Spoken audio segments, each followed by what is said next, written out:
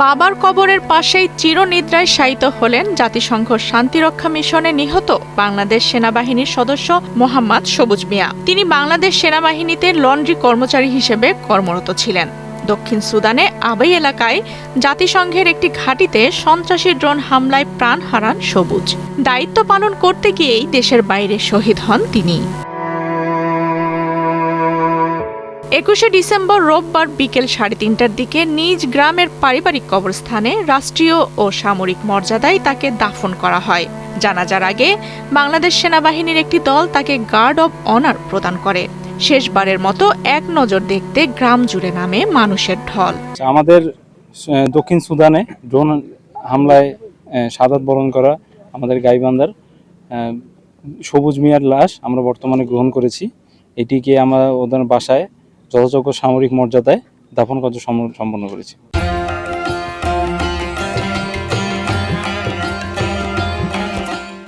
এ সময় কফিনবন্দি প্রিয়জনের মরদেহ দেখে নিজেকে সামলাতে পারেননি সবুজের মা সাকিনা বেগম ও স্ত্রী নূপুর আক্তার।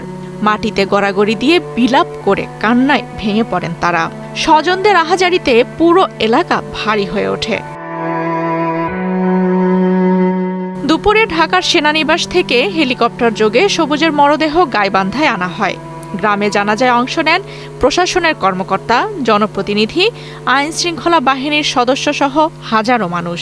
এর আগে সকালে ঢাকায় কেন্দ্রীয় সেনা মসজিদে তার প্রথম জানাজায় অংশ নেন স্বরাষ্ট্র উপদেষ্টা, সেনাপ্রধানসহ সশস্ত্র বাহিনীর শীর্ষ কর্মকর্তারা, যা রাষ্ট্রের পক্ষ থেকে তার আত্মত্যাগের স্বীকৃতি। সবুজ মিয়া ছিলেন পরিবারের একমাত্র উপার্জনক্ষম ব্যক্তি।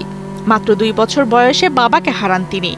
২০১০ সালে বাংলাদেশ সেনাবাহিনীতে লন্ড্রি কর্মচারী হিসেবে যোগ দেন।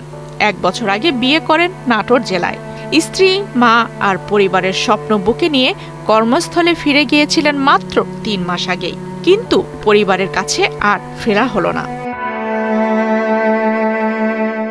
গত ১৩ই ডিসেম্বর দক্ষিণ সুদানে জাতিসংঘ শান্তিরক্ষীদের একটি ঘাঁটিতে সন্ত্রাসীরা ড্রোন হামলা চালায়।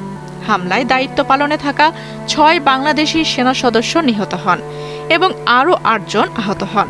৭ দিন পর নিহত শান্তিরক্ষীদের মরদেহ ২০ ডিসেম্বর শনিবার বেলা ১১টায় ঢাকার হযরত শাহজালাল আন্তর্জাতিক বিমানবন্দরে এসে পৌঁছায়। আফসানা রিপা, বাংলাদেশ প্রতিদিন।